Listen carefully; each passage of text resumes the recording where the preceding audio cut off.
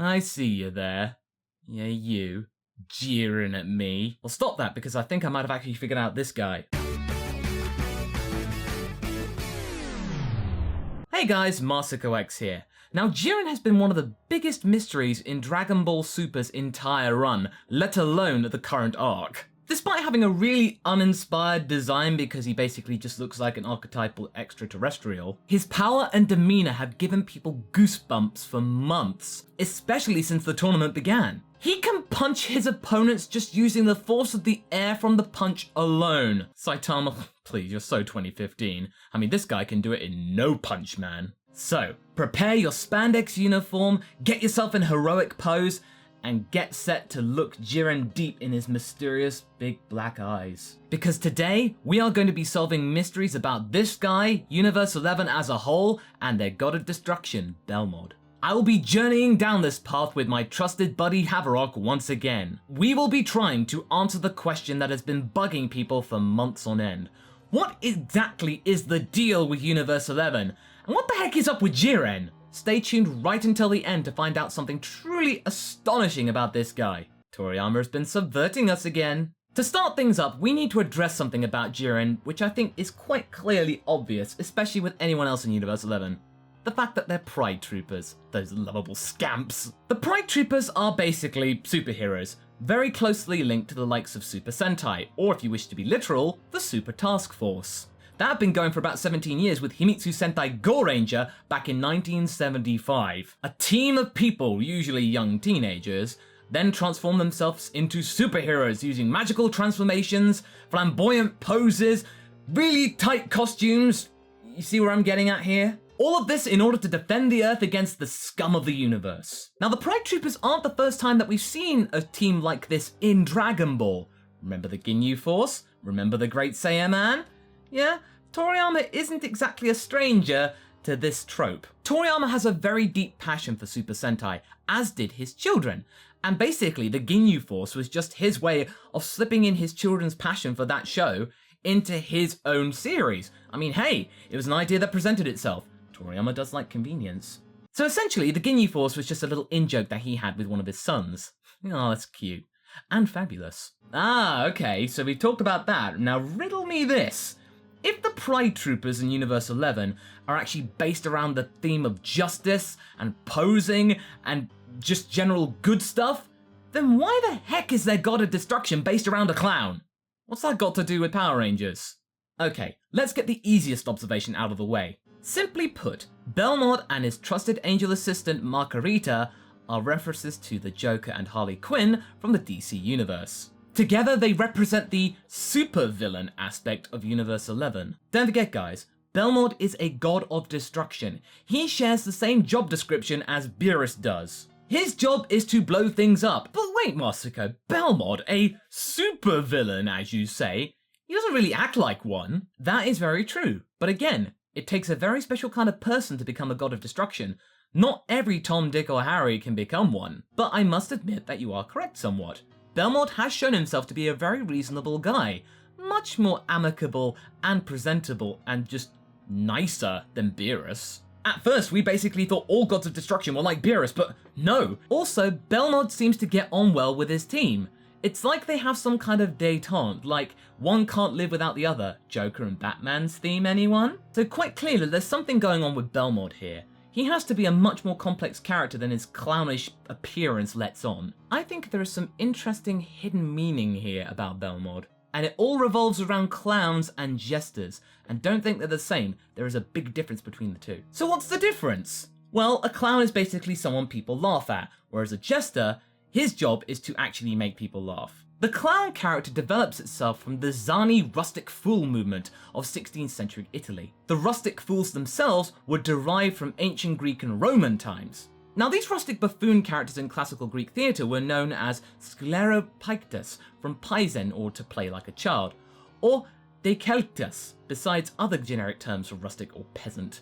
Now, the Roman term for a clown was a fossor, meaning a literal labourer, someone who had to toll for their art and look silly whilst doing so. Now, that's not very Belmodish though, right? He doesn't exactly act like a fool. So where does the actual word clown come from? Well, to Wikipedia. The English word clown is first recorded circa 1560 as clown or cloyn, in the generic meaning rustic, boor, peasant.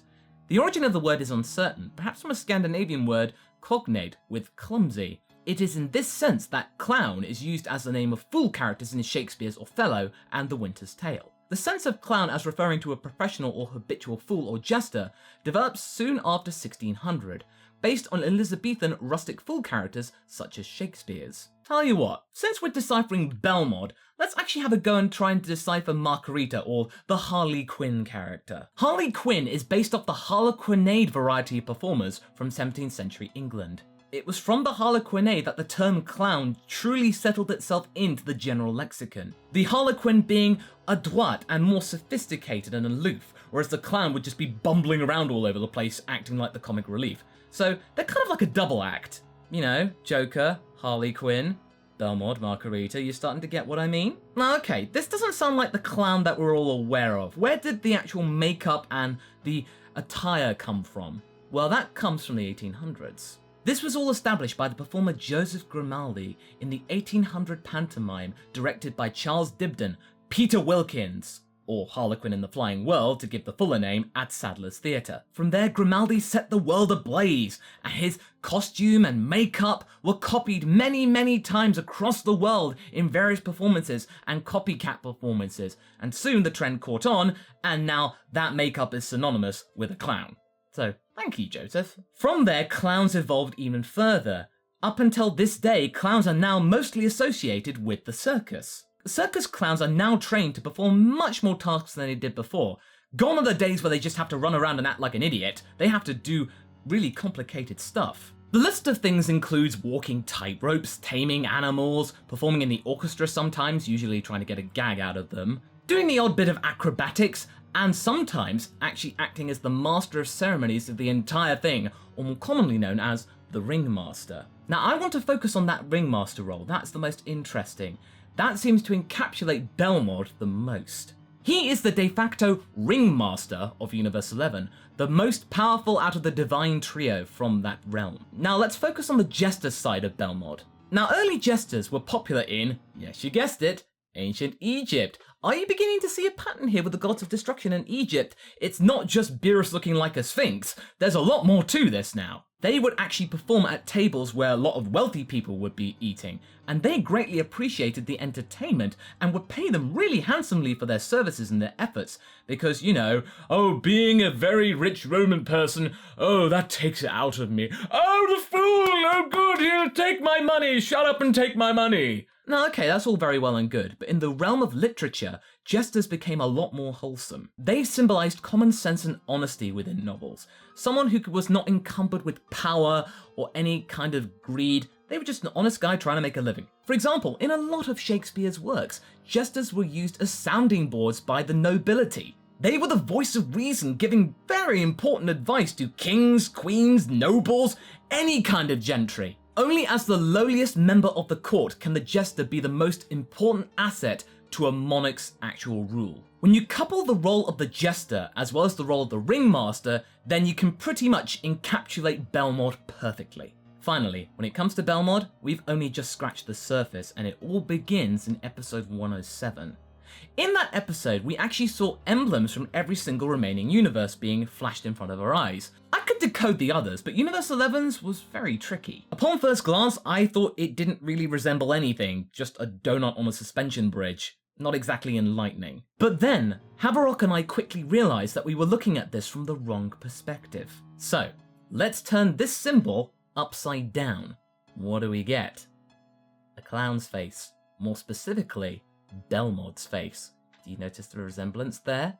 It goes to show that Belmod is truly the ringmaster of all of Universe 11. He has managed to assert himself in the very symbol of Universe 11. It's all about Belmod. Now that's all very well and good, but let's get to the most important and interesting part of Universe 11, Jiren. His presence is scary enough to actually make people exit the Tournament of Power without either one of them throwing a single punch. Now, as I mentioned before, there's not much to go on with Jiren when it comes to his looks. So a lot of people were really driven to Jiren's eyes, and they became the most scrutinized part of his body. Well, that and his glorious space alien booty. Maybe he's blind. Maybe he perceives the world in a different way, something that we humans cannot comprehend. Now, in order to try and decode this, we are going to be going back to some color theory, and if you watched my Super Saiyan color theory video, then you're going to be pretty excited here. There is a lot to do with color theory in Jiren, especially with the color grey. Yes, grey is a color. The color grey is a very controlled hue.